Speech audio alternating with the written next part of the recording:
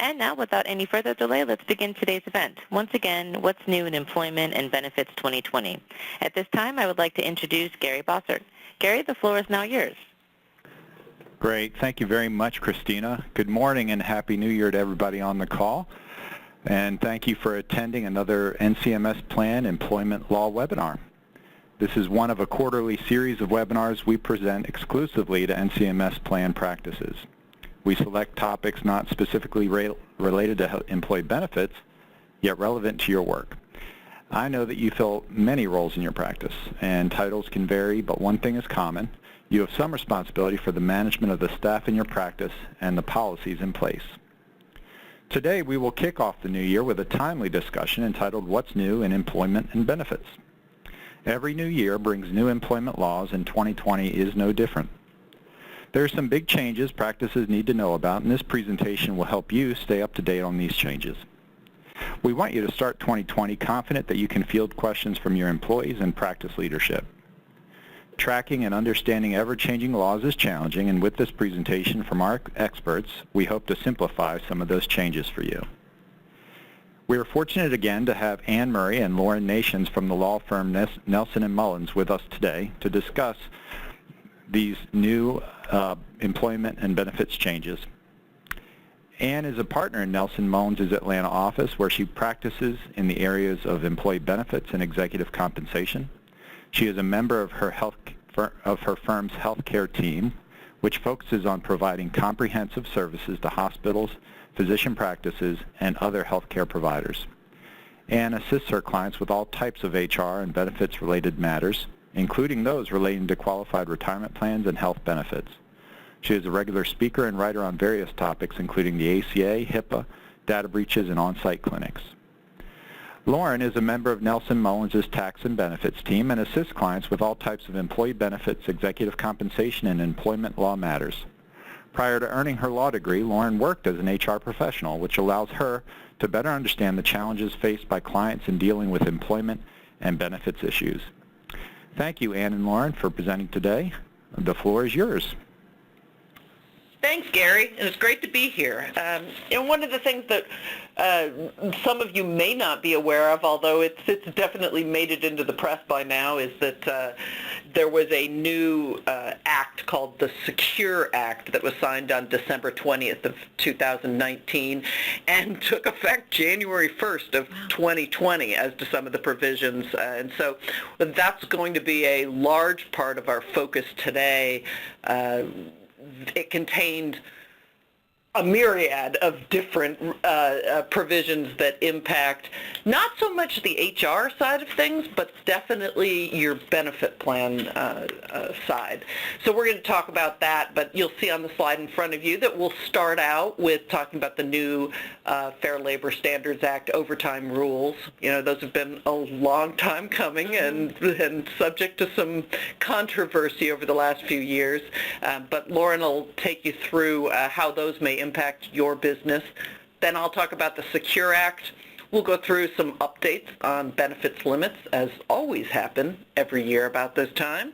And then once again, we have some new ACA reporting exemptions and delays, yay, to let you know about.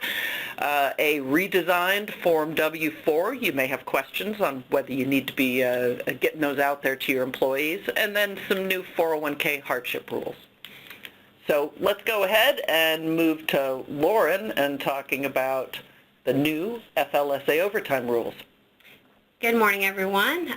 So yeah, as Ann was mentioning, these overtime rules, they finally took effect, or they were issued in September of this year, but had been announced over a year or two ago, and they were a long time coming. As you know, the FLSA overtime rules govern whether an employee is eligible for or exempt from overtime, which is paid at 1.5 times the regular rate for time over 40 hours a week. So the last time, the biggest change that was made was the salary threshold for the white-collar exemptions, which we'll go through in just a moment. Interestingly, the last time that salary threshold was raised was back in 2004. So considering, you know, inflation and the economy, it's not surprising that that needed to be updated. The Department of Labor has said that it expects to update the salary threshold more regularly. It won't be automatic. It'll still go through this notice and comment and rulemaking period, but they don't expect it to be 15 years in the making. So, we'll see what happens. yeah, right. Promises by the government. So with the update to the salary threshold, it used to be $455 a week, which equated to about $23,660 annual salary. It now has gone up to $684 a week, equating to about $35,568. There are certain exemptions that don't have that salary requirement, which aren't effective or aren't applicable to most people on this call, such as teachers, those practicing law and medicine, and outside salespeople. The Department of Labor has now at least allowed employers to count a portion of non-discretionary bonuses and incentive payments as up to 10% of the annual salary for this purpose. So you didn't used to be able to do this, right? I mean, basically, so now I suppose we should have some sort of tracking system, or what, employers should go through and kind of review who has these non-discretionary bonuses and incentives. Yeah, just because those are the ones that are paid on an annual or more frequent basis. So you will want to keep track of those, because that helps you as an employer to be able to count that towards your salary basis, your salary requirement. Another thing to note is that this $684 per week minimum applies even though you may not have enough work, as long as the employee is ready, willing, and able to work. So you still have to meet that salary requirement for that week. Another change, I don't know if it's on this slide. I know it was on the previous slide, and if you want to go back. Sure. For the highly compensated employee exemption or annual threshold. So that's, if you're familiar with the highly compensated employee exemption, that has a more relaxed duties test. So that was raised from $100,000 per year to $107,432 per year. And the $684 must still be paid weekly or as weekly on a salary or fee basis. The duties test remains the same, as Ann noted on the slide here for number 3. You know, you're familiar, most of you are probably familiar with what those duties tests are for the executive, administrative, and professional exemptions. And the fact that they have to be paid a predetermined and fixed salary that is not subject to reduction based on quantity or quality of work, that has also stayed the same. So basically nothing's changed except for this dollar threshold and the fact that we can credit 10% of bonuses towards it, right? Right. But that's, even though that may be the only thing that changed, that's not a small change, as you know, because there's probably a lot of employees who are classified currently as exempt that don't make the $35,000 per year. Maybe not in your industry, but you can think of like some fast food restaurant managers. I know that's a popular area for misclassification. The Department of Labor expects that by raising this threshold, over 1 million workers who are now classified as exempt may now be eligible for overtime. So what do you need to do? That's really the most important thing. Now that we've got this new threshold, what do we need to do about it? Most importantly, you need to evaluate your workforce to see if there's any changes needed.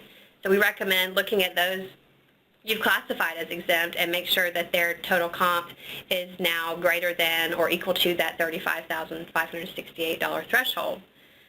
You may need to give them a raise to see if you really believe that they are, their duties classify them as exempt.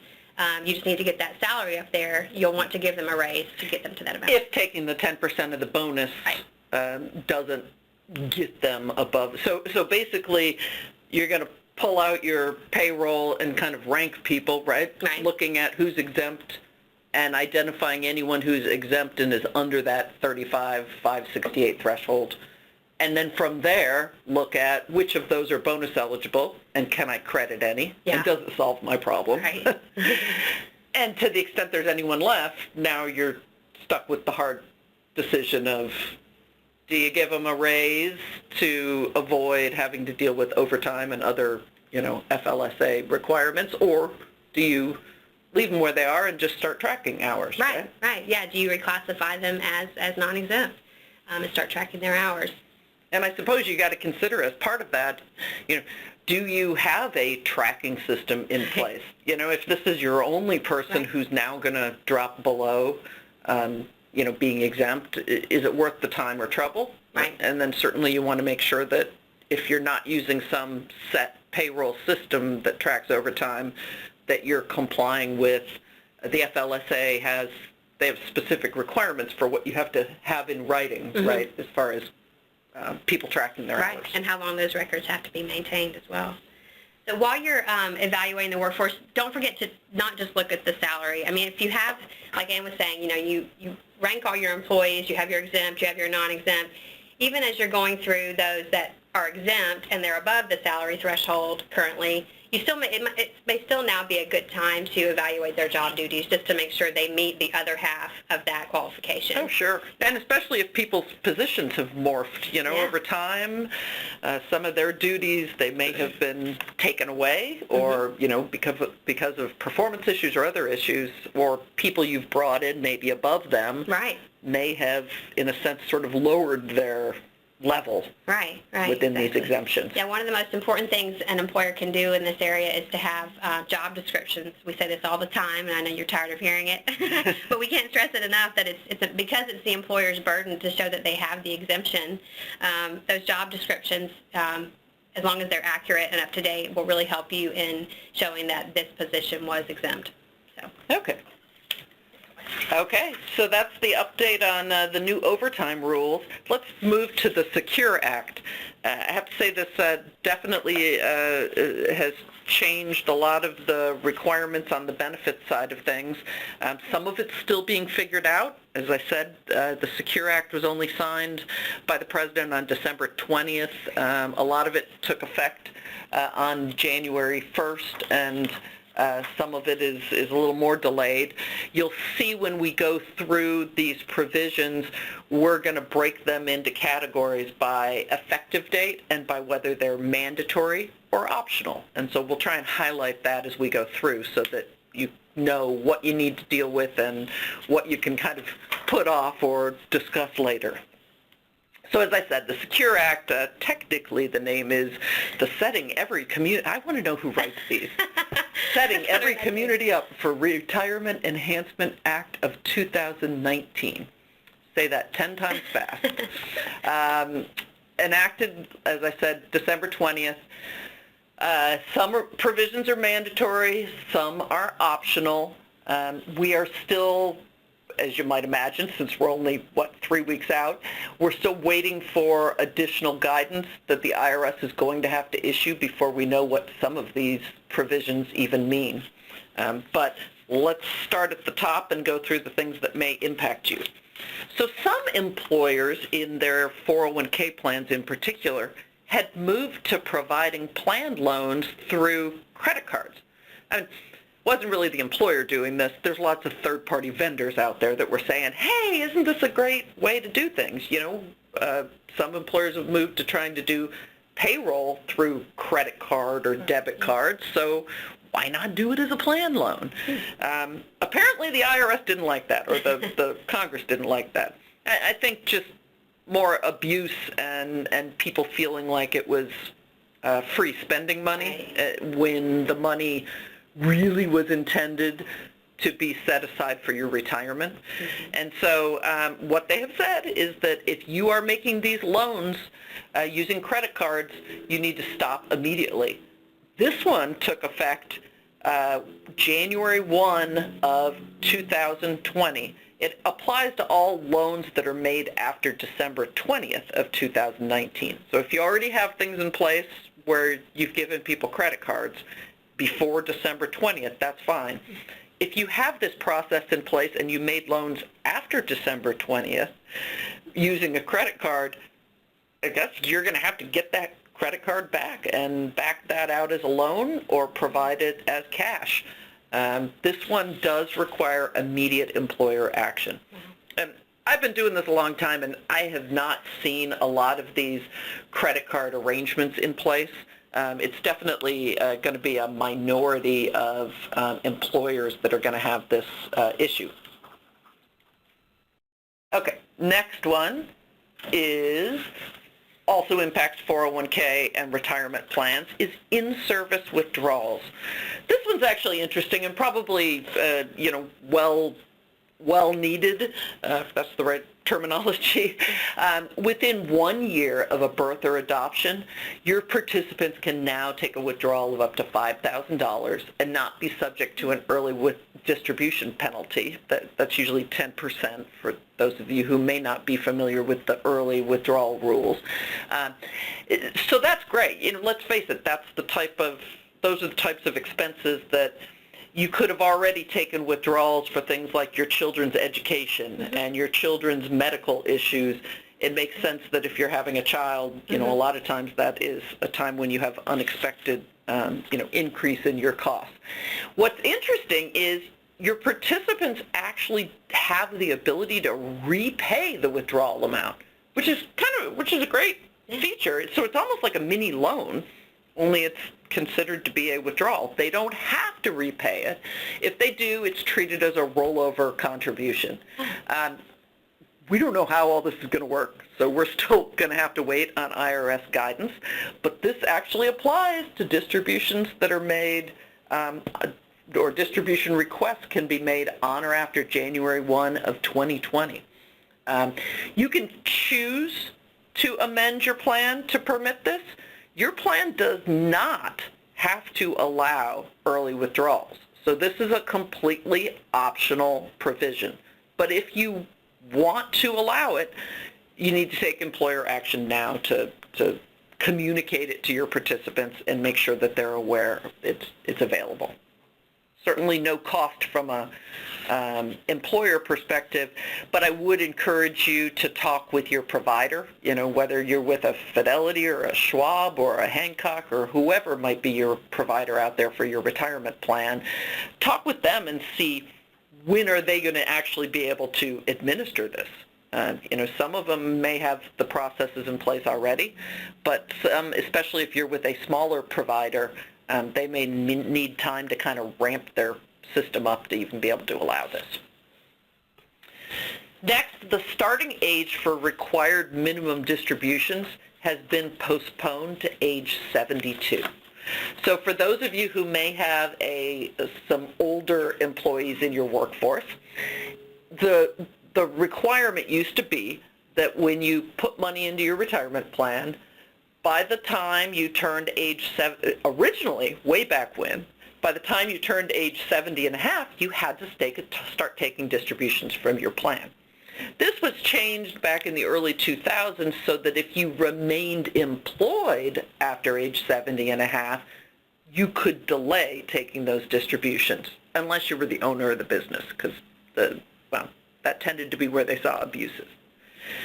The rule has now changed to be age 72. So if you are a participant in a plan, and for you as employers in administering your plans, you have to make sure that if someone has terminated employment with you and they reach age 72, by the next spring, they're going to have to start taking required distributions from your 401k or pension or money purchase or any other type of qualified retirement plan that you sponsor. So, Ann, what is the reasoning behind requiring the former employees to take a minimum? Like, what if you just wanted to keep it saved? Well, it's a question, but the view was that they didn't want this to be used as an estate planning tool, but rather it's partly just a tax generation of taxes. We're allowing you to defer your taxes when you put away money in a 401k or pension, but we're not letting you pass it on to the next generation and basically tax-free. So this helped to create tax revenue. So for those of you, we'll talk later about when you have to amend your plans for all this, because some of you may be thinking, well, wait, my plan says age 70 and a half. You're going to have to, you'll have to move to this, but certainly there's going to be some time to implement changes to your plan. Just know that if you have someone who falls into this gap between age 70 and a half and 72, you may have to have a conversation with them just to let them know, hey, the rules have changed, and remember that's the delay where someone has not terminated employment applies only to people who are not owners. So if you have a physician owner of your business who is age 70 and a half or older, they're going to be one of those people that you need to be having this conversation with. Okay, a reduced period to pay required distributions to beneficiaries.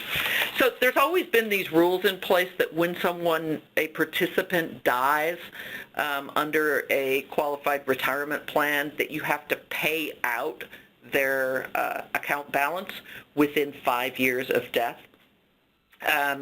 There is now going to be beneficiaries other than eligible designated beneficiaries are now going to have to be paid within 5 years of the death of the participant. Sorry, the old rule, I just got myself mixed up on that, so I apologize, folks. So the old rule used to have this 10-year rule in there. Now it's 5 years with the death of the participant. The current 10-year rule is still going to apply and be out there for a spouse, minor child, disabled individual, someone who's chronically ill, as long as they're not, and any person who is not more than 10 years younger than the participant. The reason for that one is they had sort of figured out when you start figuring out these distributions and when you start taking them, if you have someone who's more than 10 years younger than you, there's these limits on how far you can spread out your distributions, sort of if you think about when you convert it to an annuity. Mm-hmm. Once again, the idea that the IRS wants to make sure that tax revenue continues to be generated, and so you can't name a beneficiary who's your grandchild and suddenly reduce your payments so that they're so tiny and spread out over the next 50 years. So this will be a required provision. It does take effect immediately, so just keep it in mind if, unfortunately, if you have any sort of situation where someone has died, and because it's deaths on or after January 1 of 2020. So if it comes up, just in the back of your mind, remember that this is going to be a provision you need to check with your third-party administrators on. Okay. Those of you, there's been a huge trend in recent years to move to safe harbor 401k plans. For a lot of employers, it removes that concern about, oh, am I going to pass non-discrimination testing? Hey, I don't want to have to give money back, especially since normally it's back to your physician owners, and they're never too happy about losing that tax deferral. So some of the requirements for safe harbor 401ks have changed. An automatic enrollment safe harbor, where you are basically saying, when I hire people, I'm going to automatically enroll them in my 401k with a certain minimum deferral unless they affirmatively opt out. It's kind of the lazy man's solution. You know, your view is, or statistically, people say that most employees are passive and they won't act to help themselves. Right. So why don't you help them? And then, you know, if they really don't want it, they'll opt out. So those rules have changed. That's called automatic enrollment. And what they've done is, you used to be capped where you could not automatically enroll someone for more than 10% of their income. That now is increasing to 15%. 10% in the first year, and then 15% overall. A lot of employers, the way they work their automatic enrollment is they'll enroll someone at a low level, you know, a 3, a 4, a 5, but they'll have what they call sort of these auto increases, so each year they up it. So if the employee never does anything to help him or herself, in a sense, you've sort of helped them. You started them low, and each year they eventually get to 10%, and they stay there unless they act to get out of it. So now that's going to go up to, like I said, up to 15%. That applies to plan years beginning 2020 or later.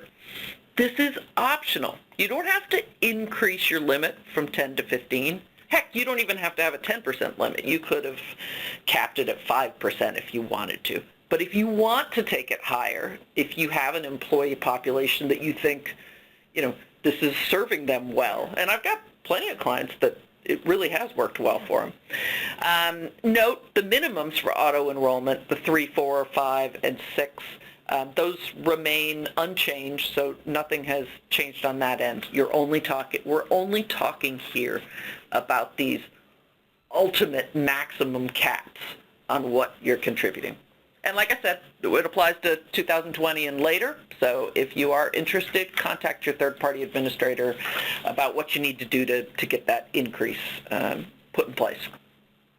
Also for safe harbor plans, historically, one of the things that drives people nuts about safe harbor plans is that you have to commit to it so early. You normally have to issue your statement, your safe harbor notice to your participants and commit to being a safe harbor plan, months before your plan year begins. So the new rules say that if you're making non-elective employer contributions, that means for those of you who you can do your safe harbor either as a match or by agreeing that you'll make a non-elective employer contribution, just a flat percentage employer contribution on behalf of your employees. 3% is the standard. So if you are one of those people that's doing not the match, the employer contribution that's typically 3%, you can now elect up to 30 days before the end of the plan year to do that. So you can actually wait and make like a late in the game safe harbor election. You can even wait until after your plan year ends, see how you did for the year, and if you do want to go safe harbor, the trick there is you've got to do it at a 4% level rather than the typical 3% level. And because of these sort of late election deadlines, as you might imagine, now you don't have to provide this advanced safe harbor notice to participants. This applies for years 2020 and later. So for those of you who have never adopted a safe harbor, it may be something that you want to reach out to your third-party, administrator about, because, if you are having trouble with your discrimination testing, what they call ADP, ACP testing, then this may be a solution for you when you get to year end. If things are looking good, you may be able to elect in November, if you're a calendar year plan. You may be able to elect as late as the end of November to go safe harbor and do a 3% contribution. Or if your third-party administrator, whoever does your testing, comes back to you after the end of the year and says, you failed ADP, ACP testing and we're going to have to give all this money back to, your physician group or your highly comped group, you may be able to go in and now offer an alternative to your management saying, hey, we don't have to return your money if you want to throw in 4% for everyone. So, at least gives you something more choices, more alternatives. Okay, moving away from safe harbor 401ks, there is a new small employer tax credit for adopting a new qualified plan. So for those of you on the phone who have 10 or fewer employees and who do not currently sponsor a qualified retirement plan, you can get a tax credit up to $5,000 for the first 3 years and possibly an extra $500 for the first 3 years if you put this auto-enrollment feature like what I was just talking about a couple slides ago. So, this may be something that if you're sort of on the verge of whether or not to adopt something, this could really make it, maybe it offsets all of your costs of the plan for the first 3 years, especially if you've only got a couple employees. Something to consider.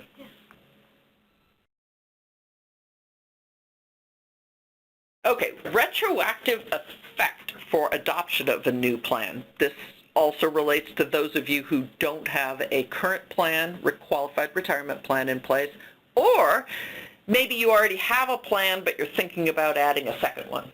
You know, some employers try to maximize deductions by having sort of a combination of more than one plan. Like they may offer a 401k that is what we call cross-tested with a defined benefit pension plan or a cash balance plan.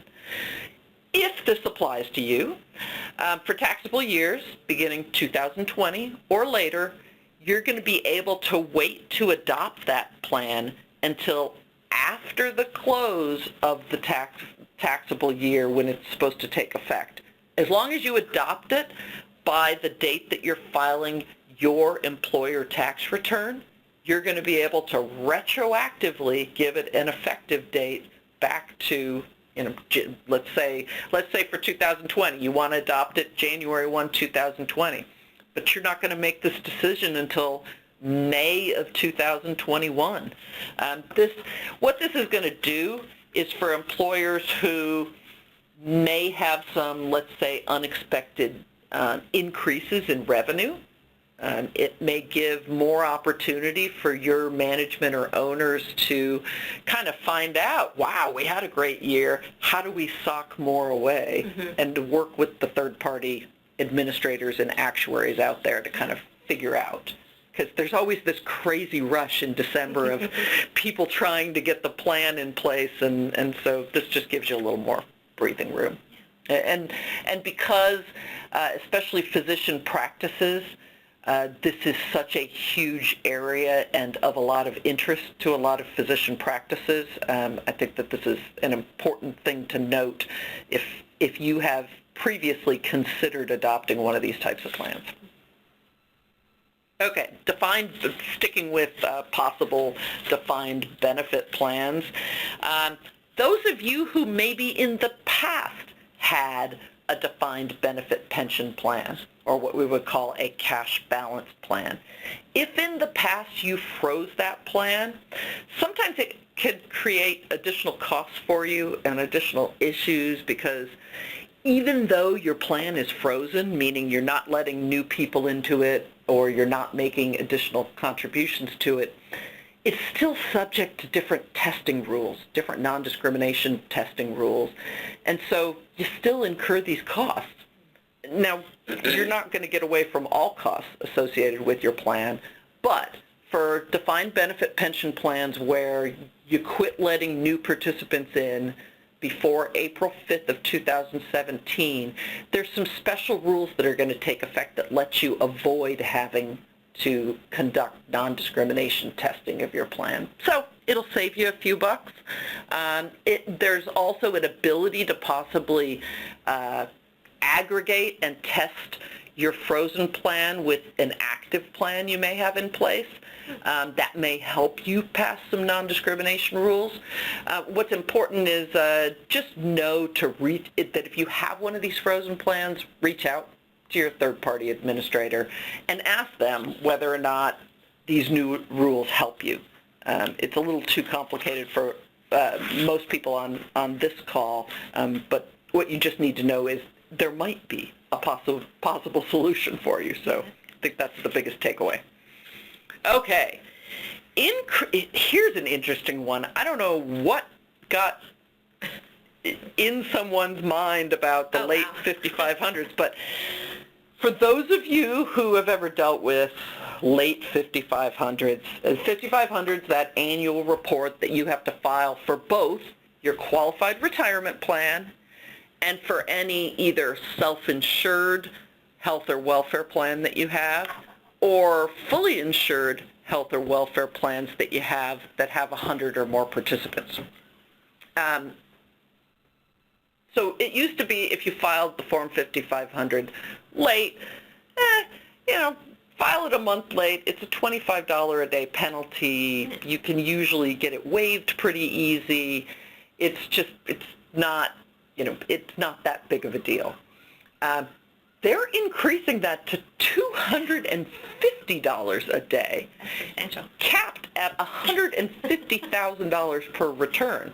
Like I said, I don't know who was ticked off about these 5500s, but someone definitely is. So They realized there was a chance to make more money. I maybe guess. that's Could be a lot of late filings. Maybe they had to offset the cost Right. on all these other things. But what this just says is, hey, if you're one of those people, whether it's we all procrastinate, and if you're one of those people who tends to file a few days late or a month late, you may want to stop that practice. Don't procrastinate.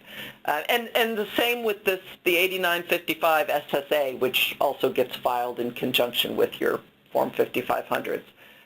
The penalty, once again, goes from $1 a day to $10 a day. So, both of these penalties are multiplied, by 10. And that's capped at $50,000, but that's, per unreported participant. I mean, that could really add up quickly. This is effective for any returns or filings that are due after December 31st of 2019. So the 5500 you're filing for 2019, which you will be filing for the plan year that ended in 19, which you will be filing in 2020, is going to be subject to these increased penalties. Remind everyone what constitutes a late filing again? Like when are they usually due? So the 5500 is normally due by the last day of the 7th month after the month in which your plan year ends. So for normal calendar year plans, well, not normal, but for calendar year plans, which is the most typical plan year, you're talking about the end of July. Mm-hmm. Now, you can get a 2.5-month extension easily and automatically, in fact, in most cases from the IRS, which will give you extra time to go ahead and file that. But keep this in mind, especially for those of you who perhaps may have a non-calendar year plan, and maybe your plan year ended in July. You may think you're exempt from these increased penalties, and a lot of times when you're not a calendar year plan, things go unnoticed a little more easily. Now, the same self-correction programs are still in place where you can file, and with a flat,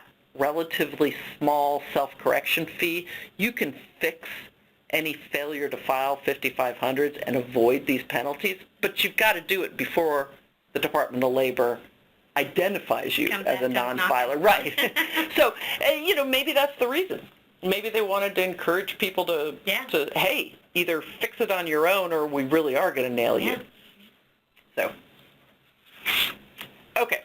There was, we kind of knew this was coming, but the Secure Act did repeal certain taxes. Most importantly, for those of you who, when the ACA first came out, heard about this Cadillac tax on high-cost employer health plans. The idea was this was going to say, and let's face it, physician practices, for those of you that have you tend to have a richer health plan because you're in the business. You're in the business, yeah. But if a plan was too rich, provided too high a level of benefit, you were supposed to, under the ACA, start to get penalized for it. As ridiculous as that may sound, I always thought it was sort of this whole plan to push everyone to providing the same level of benefits. The ACA penalizes and taxes you if it isn't good enough, and then they penalize and tax you if it's too good, and they kind of drive everyone down to where all the plans are almost identical. Yeah. But that's my own theory about, the ideas behind some of these. But the point is the Cadillac tax is gone. It has been fully repealed. You don't have to worry about that 40% excise tax that was looming out there.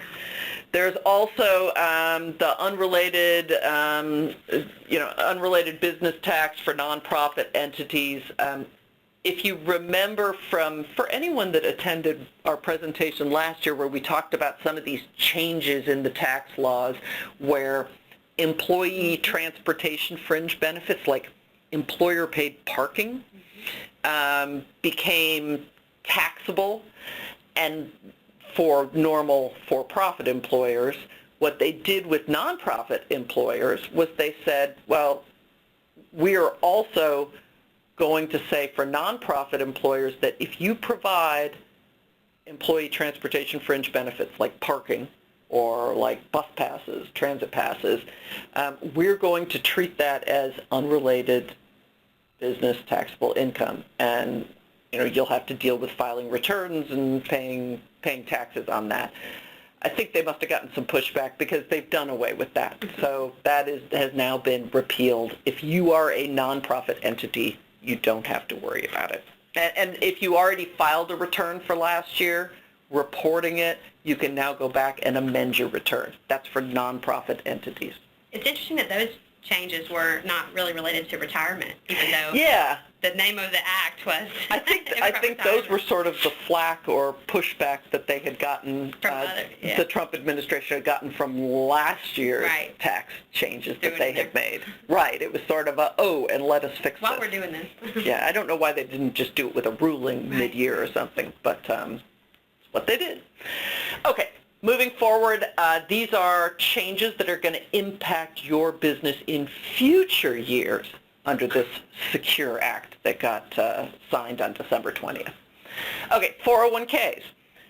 They're now going to require, this one's interesting, they're now going to require that you count long-term part-time employees and offer them 401k benefits.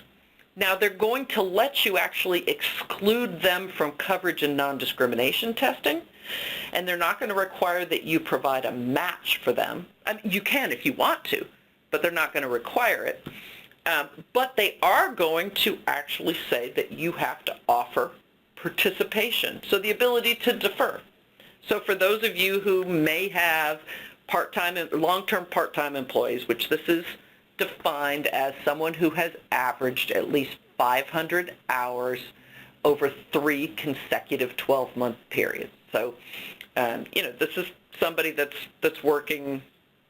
What's that work out to be? Attorneys aren't good at math. Actually, now we're relying on an attorney to do math. But if you figure that normally you've got 2,000 hours for full-time, slightly over. This is somebody who. We're talking about someone, I think, of 10 hours. 52 weeks in the... See, attorneys can do math. 52 weeks in the year, yeah. Bravo. That's not a lot of hours. Yeah. So for some of you who may have folks come into your, let's say, a physician's practice who are just doing filing for you or serving as receptionist, or part-time on the nursing staff, this may be something that impacts you. So it does not take effect until 2021. But just keep this in mind because you're going to need to be making changes to your plan. One business decision you need to make is, hey, if these people come in, do I want to keep them as sort of a second-class citizen and exclude them from my matches or non-elective contributions? Or do we need to make a business decision like, okay, do we want to treat them all the same? But that's obviously going to impact your budgeting. So just something better to start thinking about it now so you can communicate it and spin it the right way. This will really be interesting to see for those of you who are smaller businesses, especially, I think, and those of you who use some of the big vendors out there like, the ADPs and what's another big payroll? I'm blanking, but... Well, that's the one I think of the most often. Any of the big payroll vendors, I see this as potentially something that you're going to see announcements come out about. They're going to allow these third-party providers to aggregate to put together unrelated employers and have a pooled employer qualified retirement plan. And so I think that they call it an open map, but I think that you're going to start seeing a lot of these third-party payroll providers and PEOs. Right, PEOs. I mean, PEO is going to be, a big, This is probably who was pushing for this in the first place. But this has always been an issue for those of you who do use PEOs or third-party providers where you're already in their retirement plan. You may have had your counsel or benefits consultants advise you, beware. They're putting you in a plan where they don't really count as the employer for qualified retirement plan purposes, that it puts you at risk. Well, they're kind of doing away with a lot of this. There will be much more ability for you to just join one of these big plans. We're talking about the qualified retirement plan side of things. We're not talking about health and welfare here. But it'll be interesting to see sort of what these third-party providers do with rolling this stuff out. I told you there was a lot under the Secure Act. We're coming up to the end of it for those of you who are where benefits is not your favorite topic of the day. Okay. Also, there are several other provisions that apply that take effect 2021 or later, or frankly don't even have an effective date. One, there's going to be the ability to group file single Form 5500s for your defined contribution plans. So if you are a business who maybe has acquired other entities, so let's say you're a hospital and you did a bunch of physician practice group roll-ups, surgery centers rolled up, physician practices rolled up, and you have all these plans that you kind of inherited. There's going to be an ability to actually file a single Form 5500 that covers all those plans. So, you just don't have to deal with all these different, I don't know how we're going to track them. Right. That'll be interesting. But that is for reports and returns for plan year starting January 1, 2022 and later. So this will be a down the road type of thing. But it'll be interesting to see also PEOs and payroll providers, how they might be able to sort of help with this, because you have to have common trustees, administrators, named fiduciaries, plan years. It'll just be interesting how the third-party providers work with this. Also, there's going to be a requirement starting, we think, probably 2021 or 2022, but we're not sure. You're going to have to put additional information on people's benefit statements, what they call the lifetime income disclosure. I think of this as more like the doomsday or the somewhat depressing statement of what this is really going to provide people in life.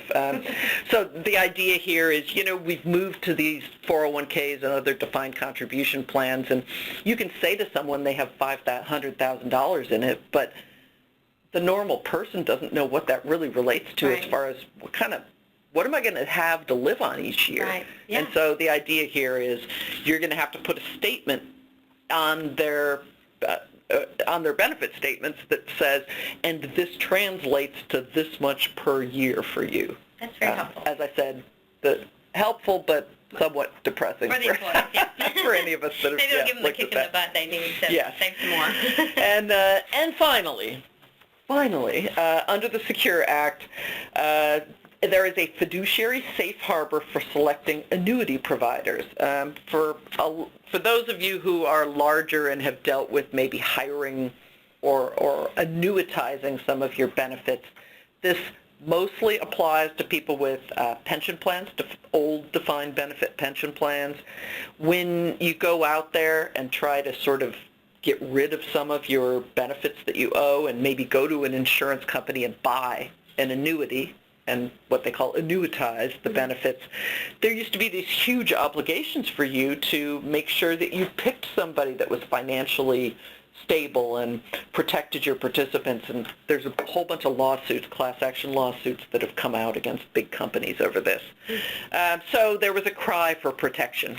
So there are going to be some fiduciary safe harbors that, if you have this need down the road, will help to protect you. Kind of the idea is, hey, if you pick a decent insurer, nobody's going to be able to come back to you years down the road and claim when that insurer goes under or something unexpected happens that you now are responsible. Okay. The Secure Act, there is a grace period for adopting amendments to implement these changes. You're going to have until the last day of the first plan year beginning on or after January 2022. So we've got a couple of years to implement these. But like I said, you need to talk with your third-party administrators to make sure that while you have extra time to I said implement, but to document your changes, you may need to actually, in everyday life, if you want to put these things in place, or for the things that are mandatory, you may need to be taking action now. If for any reason you have unions or you are a governmental plan, you get an extra 2 years to implement these changes. Okay. As happens every year, there is an update in the changes to all the different benefit limits. I'm not going to go through all of these. I hear cheers somewhere in the background. But we have included these just for your reference so that you have a list of all of the changes. Obviously, deferrals is the most common. 401k, you can put away $19,500 if you're under age 50. An extra $6,500 if you're age 50 or over. Your highly compensated employees are $130,000 a year, believe it or not. And the limit on the comp that you can count for purposes of a plan is $285,000. We've included the rest of the provisions on the following slides, the different limits that apply. Your high deductible health plans, your HSA contributions, your FSAs will now go up to $2,750.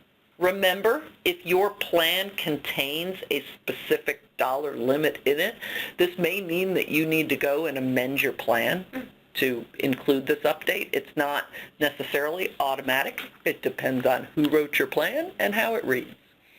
For 2020, the Affordable Care Act, your affordability safe harbor is now going to 9.78%. Did they say any reason for reducing that? Yeah, you know what? Yeah, actually, for those of you that make sure, double check this, because I did not pick up on that, but that just looks like it's the wrong direction, and I'm wondering if the piece that I had pulled it off of, because it just doesn't. Right. But it was at 9.86%. So double check that. I'm going to double check at this end, and we'll send something out as well. The penalties, as always, continue to go up for non-compliance with the Affordable Care Act. So remember, if you're not subject to the Affordable Care Act, or if you don't think you are, make sure that you double check based on, last year's service numbers and your number of employees. You may have passed that threshold, so important to double check. It is 9.78. Yeah, You're so right. It did go Lauren down. just confirmed it did go down, as Double check. bizarre as that sounds. The ACA Affordability Safe Harbor has gone down, so just flipping back to that slide for you. Okay, now let's go to Affordable Care Act reporting. For those of you who are subject to the Affordable Care Act, and remember that is 50 or more full-time equivalents during the prior calendar year, you have certain reporting obligations. You have to deliver statements to all of your full-time employees, and then you have to file a return with the IRS, sort of like your W-2s, and file, and then transmitting those to the IRS. The same thing applies here. They actually have given you extra time to file your returns. They also, the one thing I did want to highlight here, though, is although they are giving you extra time to file your reports with the IRS, you still have to, I got that backwards. Although they're giving you extra time to provide the statements to individuals, the date for actually filing your returns with the IRS have not been extended. So even though you don't have to get your statements out by January 31st, you still have to comply with the same deadline for getting your transmittals to the IRS. So you'll see that on this slide that's up in front of you now. You have until February 28th to provide your statements to, keep reading these backwards. You have until March 2nd to provide your statements to individuals. But in a bizarre twist, you still have to file copies of those statements with the IRS by February 28th if you file on paper. or March 31st if you file electronically. And then there is new relief from penalties under the ACA. This does not, let's see, there is no tax on individuals who do not have ACA compliant health coverage. This is a carryover from what we had last year. So the idea here is, well, wait a minute. Okay, so if individuals don't have to pay a penalty, then why do we have to deliver these 1095Bs and 1095Cs, which is the employer statement to them? So what the IRS has said is, not only are we delaying the deadline, but hey, for those of you who are fully insured, and that's probably a large portion of the people on here because obviously, but for those of you who are fully insured, you would not owe a penalty for failure to furnish your 2019 Form 1095B to employees, so long as you provide a required notice. And there's some specific notice requirements. You'll see them highlighted on the slide.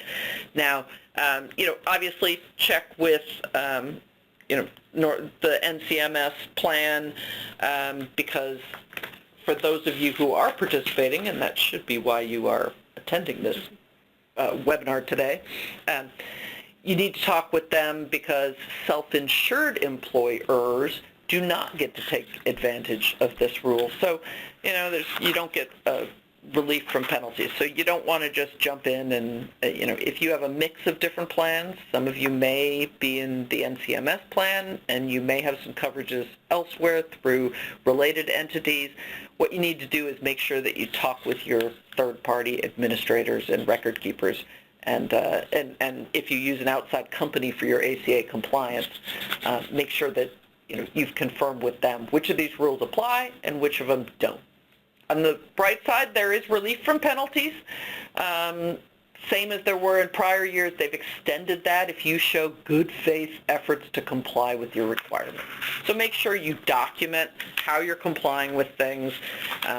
It's better to file your form and get something wrong on it than to not file forms at all, because it's a little hard to argue good faith compliance if you just don't file anything. Yeah, exactly. That makes sense.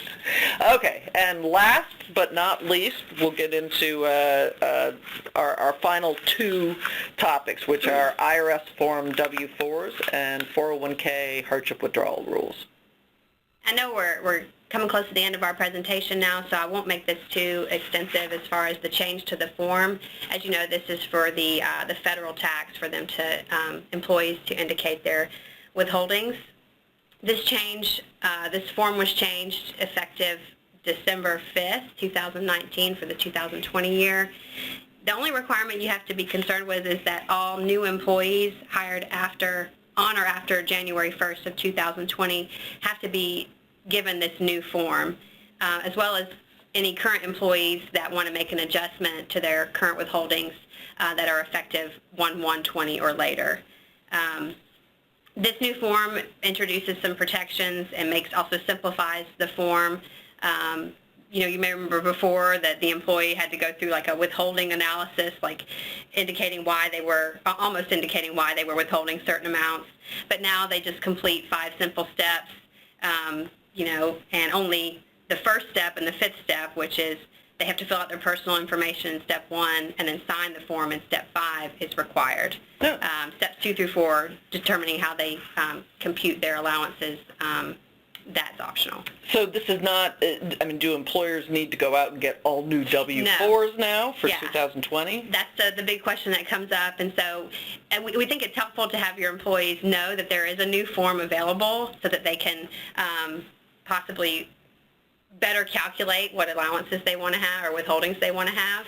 Right, that's always something that they say you should be updating that from year to year as your situation changes, right? Exactly. It's the fact that most people never do. Right. And we have found a good sample notice to employees if you want to reach out to us, and we'd be happy to share that with you. Other than that, that's not much. That one's pretty straightforward. Yeah, pretty straightforward. And similar on the 401k hardship distribution rules, there were some changes that final regulations took effect September 23rd of 2019. You now have the ability to allow 401k hardship distributions when primary beneficiaries who are named under the plan have medical, educational, or funeral expenses. This one's actually an interesting, sort of interesting for those of us that do benefits all day. This one's an interesting one because it's whoever someone's named as their beneficiary. So picture it. If I name you today as my beneficiary and you have a medical, educational, or funeral expense, well, I'm probably not planning ahead on the funeral, but you can take a 401k hardship, or I can take one on your behalf, and then 6 months from now, I can change my beneficiary designation and name someone else. Oh, wow. And they're now my primary beneficiary. And if they have, so you see what I mean? I could see it being subject to some abuse. And it may be something that's harder to administer. And, it's a business decision on whether or not you want to do that with your plan. You're certainly not required. They also broadened to allow hardship distributions for certain disasters. They have gotten rid of the 6-month rule where if you took a hardship distribution, you couldn't defer to any plan of the employer for 6 months. There was a suspension in place. For those of you that work with any third-party prototype document, you're going to see some revisions come out. If you have a sort of individually designed document, reach out to the attorneys that you work with on your document because there may be some updates that you need to make. But I would say, consider whether or not it's worth adding this additional primary beneficiary language. I just kind of question, I don't know, I don't want to say that I'm pessimistic about, people trying to abuse it, but I think that depending on your participant population, you could see some people trying to kind of game the system. And then there's an expanded category of contributions from which hardships can be taken. Once again, I think you'll see changes to your plan document kind of automatically made by your document provider to provide for this. But that one was a step in the right direction. It was kind of weird that they only let you take hardships from certain places and not others. Now it's kind of, okay, what do you have in your account, and here's your hardship. So a little bit better there. Okay, well that finishes up what were a lot more changes than we expected a month ago. Yeah, that was a comprehensive review, and I appreciate that. That was terrific. Yeah, surprised us too. I think yeah. Who knew the Secure Act was as detailed as it is? Yeah, Lauren's theory is that they named the Secure Act and then they came up with what the words were going to be for it. Yeah, I'm sure they did. Like they backed their way into that one. Yeah, I do want to make two notes that is relevant to Medical Society Plan folks that are on the call. So one, there was a comment about 5,500, so I want to make sure that people in the Medical Society Plan know that the plan files a single 5,500 covering all participating practices in the Medical Society Plan for the health insurance that we provide. So I just want to note that. And then two, as it relates to 1095Bs and 1095C forms, the Medical Society Plan is, as Ann noted, a self-insured plan. So each practice is responsible for completing their 1095B and 1095C forms as indicated. And if any practice has a question about either the 5,500 or the 1094-95 forms, you can certainly reach out to me and I'd be happy to help you. Finally, I want to note that a copy of the presentation has been made available through the WebEx window. You should see a pop-up now that allows you to download that file. It's a PDF of the slides that Ann and Lauren shared, so help yourself to that. And a recording of this entire presentation will be made available on our YouTube channel within probably the next week. So you can check back next week to see that file if you're interested. Well, Gary, I heard Anything else? YouTube stars earn a lot, so we're hoping. Yeah, that's right. You might get a little bit on the back end from that, right? Once we start generating revenue from ads. There we go. We'll jump ahead of that 8-year-old that's number one now. Yeah, that's right. Yeah, I don't know. Tough competition with somebody who reviews toys for a living, so I don't know. Anything else that Ann or Lauren you want to add before we close? No, it's been a pleasure today. Thank you. Very good. Thank you so much, and thank you, Christina, for hosting. You're welcome. And as a reminder, if you haven't had a chance to do so, you can download a PDF copy of the slides by looking into the file transfer window that's located at the bottom, in the center of your screen. Thank you, everyone, for joining us today, and you may now disconnect. Have a great day.